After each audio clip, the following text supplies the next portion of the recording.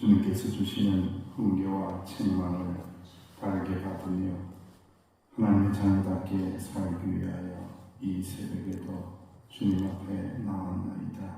주여 우리를 도우소서. 귀가 열리고 마음이 열리게 하여 주옵소서. 예수님 이름으로 기도하옵나이다. 아멘. 찬송가 407장입니다. 407장 407장입니다. 구주와 함께 나 죽었으니 구주와 함께 나 살았도다. 영광의 그날에 이르도록 언제나 주만 바라봅니다. 언제나 주는 날 사랑하사 언제나 새 생명 주시나니 영광의 그날에 이르도록 언제나 주만 바라봅니다. 마음속에 시험을 받을 때와 무거운 근심이 있을 때에 주께서 그때도 같이 하사 언제나 나를 도와주시네. 언제나 주는 날 사랑하사 언제나 새 생명 주시나니 영광의 그날에 이르도록 언제나 주만 바라봅니다. 뼈 아픈 눈물을 흘릴 때와 쓰라린 마음으로 탄식할 때 주께서 그때도 같이 하사 언제나 나를 생각하시네. 언제나 주는 날 사랑하사 언제나 새 생명 주시나니 영광의 그날에 이르도록 언제나 주만 바라봅니다. 내 몸의 약함을 아시는 주 못 고칠 질병이 아주 없네. 괴로운 날이나 기쁜 때나 언제나 나와 함께 계시네. 언제나 주는 날 사랑하사 언제나 새 생명 주시나니 영광의 그날에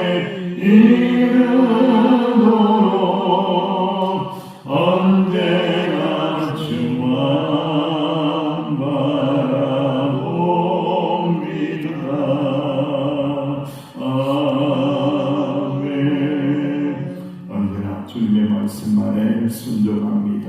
언제나 주님의 십자가만을 바라봅니다. 주여 복음의 능력이 내 안에 충만하게 임하게 달라고 합심하여 기도합니다.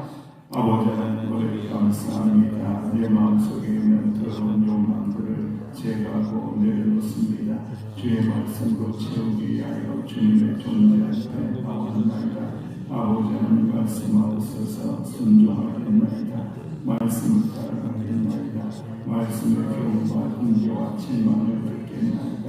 새롭게 하신 하나님의 말씀을 깨닫게 하여 주시기 원합니다. 채워주시기 원합니다. 언제나 주님께서는 우리를 사랑하시고 나를 사랑하여 주시사 말씀을 주시는 줄 믿습니다. 생명의 말씀도 알게 먹을 수 있는 마음의 열매가 있게 하시고 마음의 은혜가 있으게 하여 주옵소서. 이 새벽에도 깨닫고 말씀을 붙잡고 기도할 때에 우리와 함께하여 주옵소서. 성도와 함께하여 주옵소서. 우리 공동체와 함께하여 주옵소서. 감사합니다. 주님 감사합니다. 예수님의 이름으로 간절히 기도하옵나이다. 아멘. 하나님의 말씀 잠언입니다. 잠언 10장 17절에서 32절.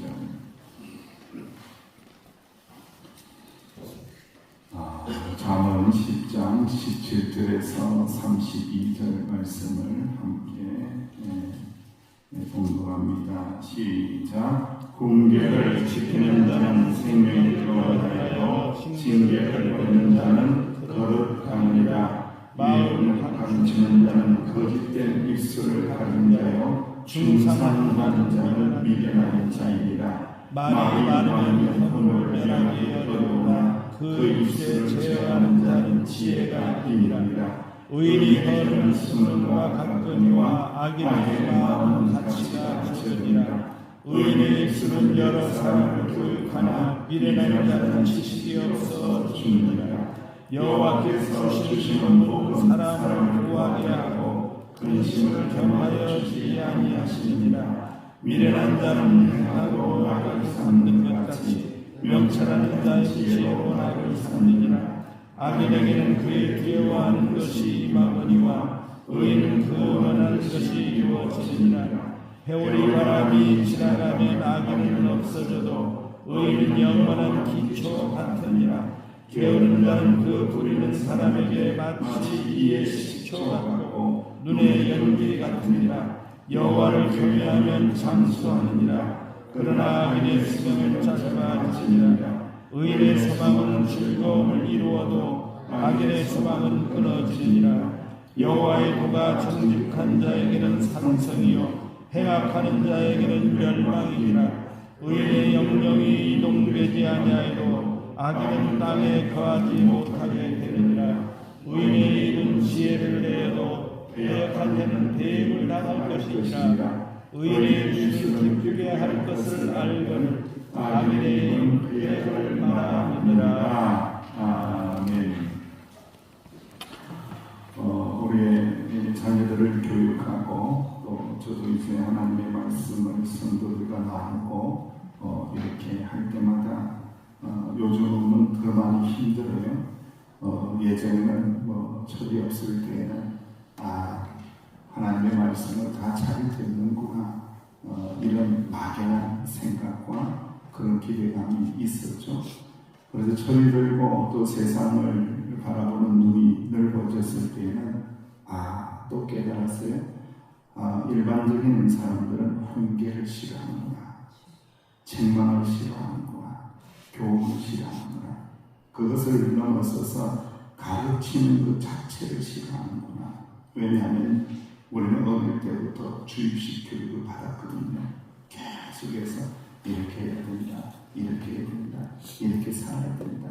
끊임없이 삶의 모범을 보여주는 그러한 교육을 받은 것이 아니라 그저 주입식 교육으로 익숙해지고 그래서 또 군대에 갔다 오고 명령체계, 지휘체계 또 세상에 나와 보니까 교회도 나와 보니까 똑같더라 이거예요. 계속해서 교훈과 공려와 책망, 물론 우리가 서로 격려하고 또 위로하고 그런 말들도 많이 있지만 오히려 훈계하고 책망하는 말들 때문에 교회가 상처받고 성도가 상처를 받게 된다라는 것을 깨달으면서 이게 가르치는 게 너무 힘들겠구나.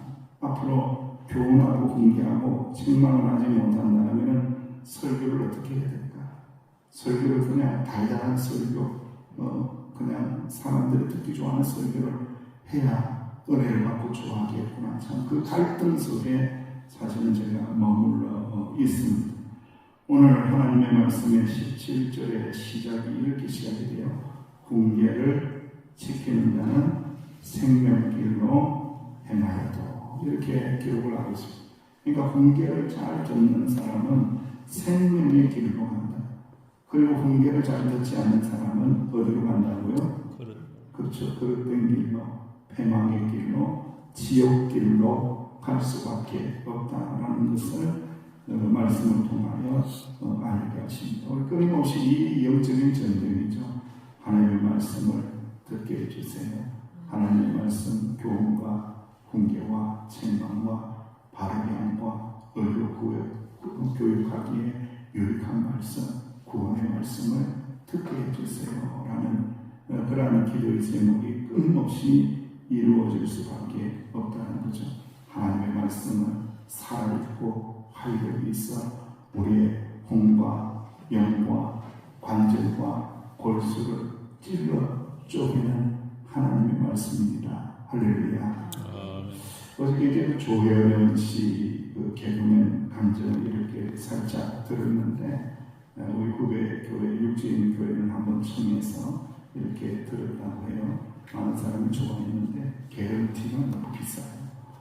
그래서 좀 낮추면 참 좋을 텐데 라는 생각을 하면서 자기 이제 어머님을 전도하는 이야기를 하더라고요.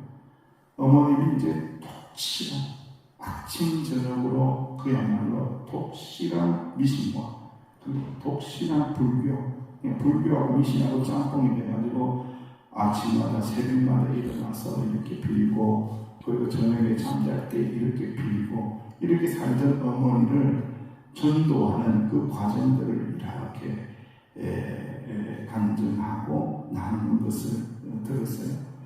어머니가 예수님이 아무리 좋다고 조혜련 씨가 내가 예수 믿고 변화되었다고, 하나님 나라가 있다고, 은혜가 있다고, 이 어머니가 들을까요, 안 들을까요? 안 듣습니다, 여러분. 평생을 그렇게 살았고, 평생을 아침마다 빌고 저녁마다 빌고 살았는데 신을 바꾼다는 게 이게 얼마나 어렵고 힘든 일이겠어요. 아무리 딸이 말한다고 할지라도, 천하의 귀한 딸이 말한다고 할지라도 맨날 좋은 걸 주고 귀한 걸 주고, 돈도 많이 버니까 선물을 얼마나 많이 주겠어요, 그죠? 그런 딸이 말한다고 해도 들린다 안 들린다? 안 들린다는 거예요. 그런데 하나님께서 역사하시사 성령께서 강하게 역사하니까 이 어머님의 마음이 갑자기 돌변합니다. 교회 가겠다. 그런데 교회를 가도 신앙이 돼요 안 돼요? 이상해요. 이상하죠. 신이 바뀌었으니까 아주 이상한 거예요. 그때 이 조혜련 씨가 한 게 있는데, 아마 이분이 이제 참 건강하게 건전하게 신앙이 된 것이 참 귀하고 감사한 건데, 보통 일반적으로 간증하는 사람들의 특징이 뭐냐면은 기적에 격분되고 있어요. 기적을 강조를 해요. 내가 하나님 만나서 병을 고쳤다든지, 내가 하나님 만나서 사업이 잘 됐다든지, 내가 하나님 만나서 문제가 풀어졌다든지, 뭐 이런 이야기들, 이런 간증을 하는 걸 참 많이 들었는데, 그분은 그런 감정을 많이 줄이고, 하나님이 그런 기적적인 역사가 있지만은 그런 걸 줄이고 간증을 하는데, 어머니에게 무엇을 사줬냐니까 성경을 사줬다는 거예요. 성경을. 그러니까 아이고야, 내가 나이가 몇 살인데 성경 보냐 안 보냐? 내가 성경이 보여, 글자가 보여 안 보여요? 그러니까 안 보이니까 조혜련 이 집사님이 생각을 하고 기도하다가 우리나라에 있는 성경책 중에 제일 큰 거, 이 땅만 이렇게 넘기는 걸 사줬다는 거예요. 억수 비싸대요. 나도 한번 찾아보니까 잘 없더라고. 이 땅만 성경을 사주고 왜 그래도 안 보인다고 해서 떡볶이까지 이렇게 대구하는 떡볶이까지 사줬다는 거예요.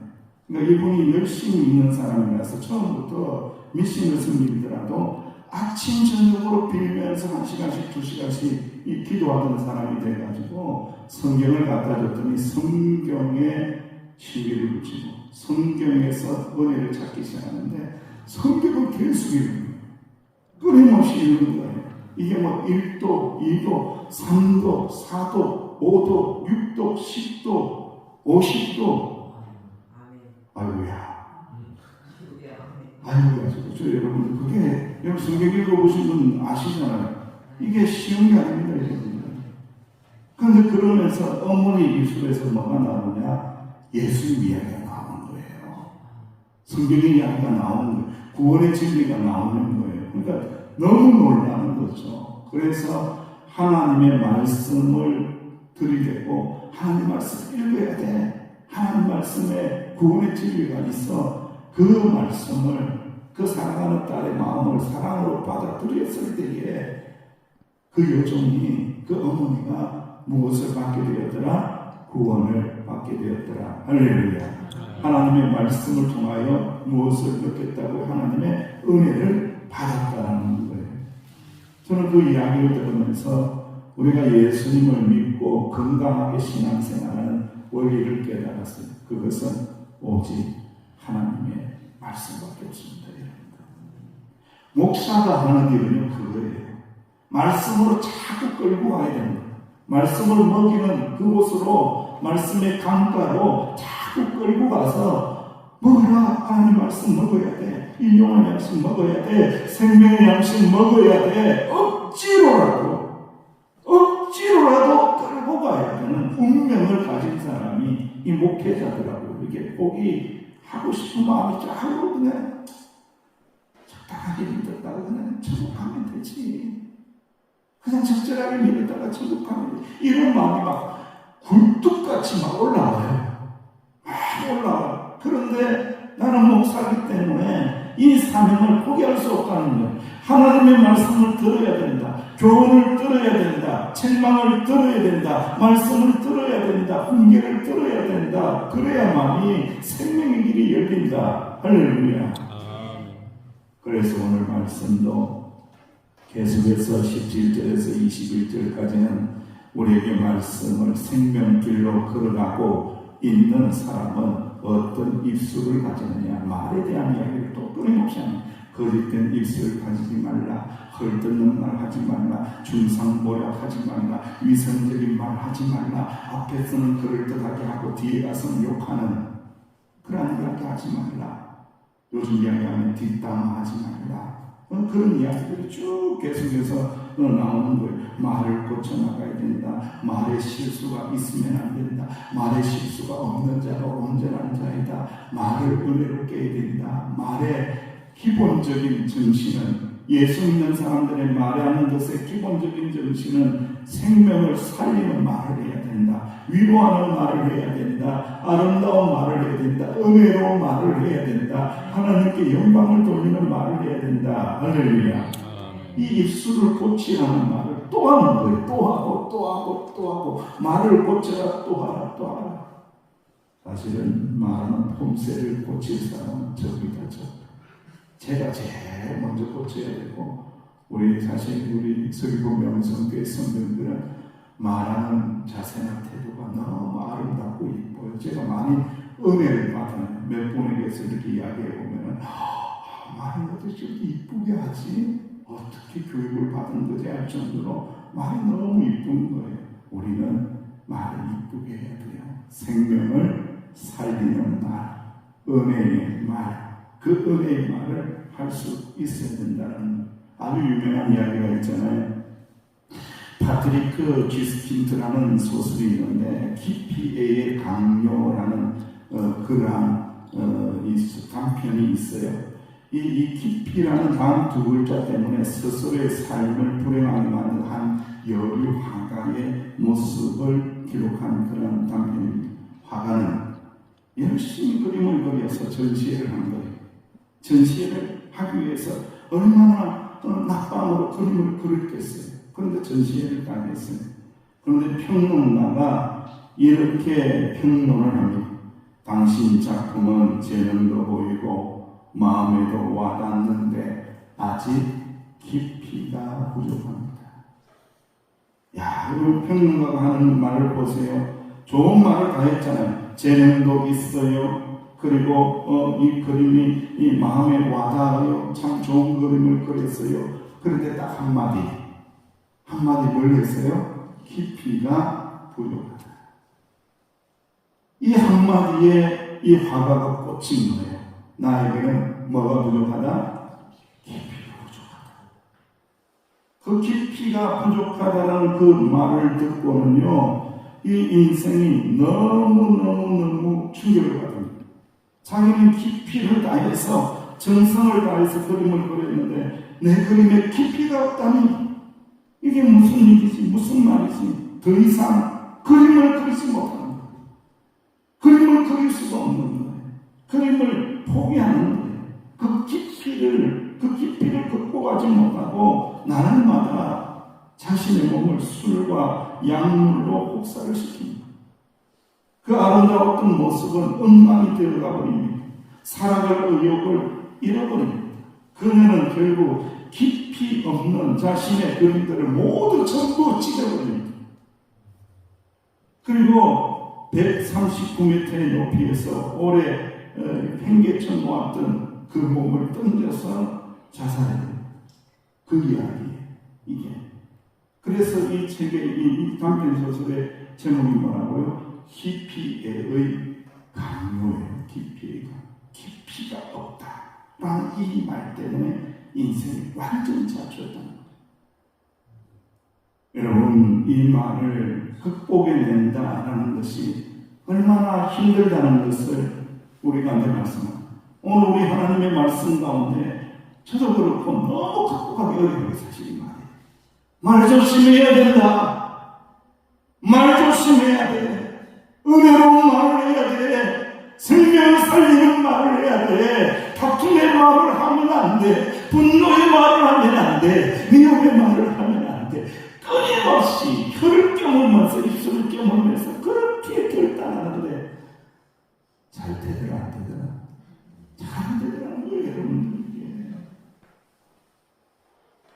그래서 성경에서는 끊임없이 이 말에 대한 이야기를 하는 거예요. 우리가 복음을 전하는 사람입니다. 입술로 행동으로 예수 그리스도의 복음을 드러내는 사람이기 때문에 이 말을 얼마나 신중하게 하고 생명을 살리는 말을 해야 한다는 거예요. 여러분들 이제 또 아주 유명한 이야기 여러분 들어보셨을 거예요. 유고의 작은 시골 마을 천주교 성당에서 신부가 미사를 집행하는 수종드는 아이가 잔을 떨어뜨려서 포도주가 쏟아졌어요. 실수한 거예요.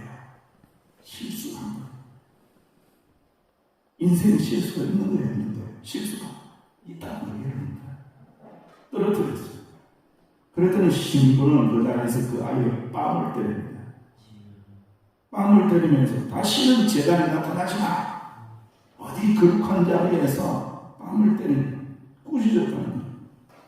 그래서 그 아이가 커서 그래도 대통령이 됐는데 유고의 독재자의 티토라는 독재자 대통령이 됩니다. 여러분. 그래서 사람을 아주 잔인하게 박해하고 핍박하는 그런 대통령이 되었다는 거예요. 그런데 이제 다시 또 다른 신부에 대한 얘기 있어요.